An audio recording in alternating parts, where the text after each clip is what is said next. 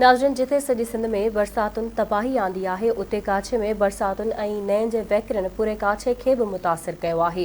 नहनि जो पाणी काछे वासियुनि जे घरनि में काहे पियो, जंहिं करे केतिरा ई घर ड्रही पिया आहिनि।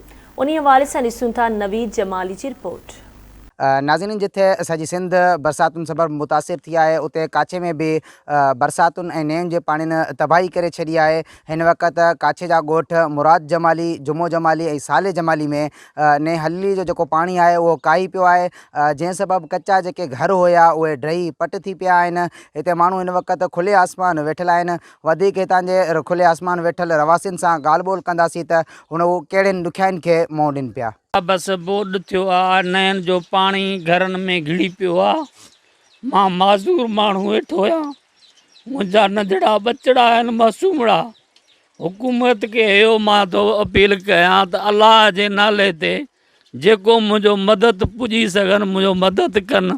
मुंहिंजा नंढड़ा बच्चा पट में वेठा आहिनि, मुंहिंजा जायूं जॻहूं कचूं आहे सभु किरी पिया आहिनि। नहन जो पाणी एॾो पाणी वियो आहे, नहन जो एॾो पाणी, सॼो राति असां वेठा आहियूं खटनि जे मथे पट में पाल मथो ॾेई।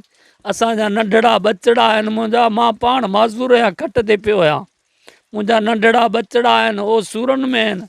का शइ न छॾियो आहे पाणी, अलाह जो नालो आहे, ॿियो कुझु कोन्हे। बेवाहियां मुंहिंजो कोठो किरी पियो आहे, नंढड़ा बचड़ा आहिनि। बेवाहियां हिम्मत कयो, मूंखे कोठो ठाहे ॾियो, मूंखे तंबू को ॾियो। हुकूमत के अपील तो कयां, ॿियो मूंखे केरु कोन्हे, मां छोरो छिनो आहियां। महिरबानी करे हुकूमत।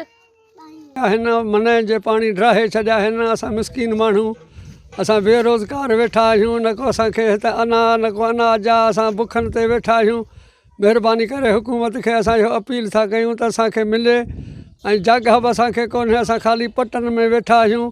इहो महिरबानी करे अपील असां कयूं था त इहो असांखे मिले। जी नाज़रीन, तव्हां हितां जे रवासियुनि जूं ॻाल्हियूं ॿुधियूं। हुननि सिंध हुकूमत ऐं ज़िले इंतिज़ामिया खां इहो ई मुतालबो कयो आहे त खुले आसमान वेठल माण्हुनि खे तंबू ॾिना वञनि ऐं राशन ॾिना वञनि, जीअं हुननि जी तकलीफ़ुनि में घटिताई थी सघे। कैमरामैन अवैस जमाली सां गॾु नवीद जमाली, आवाज़ TV।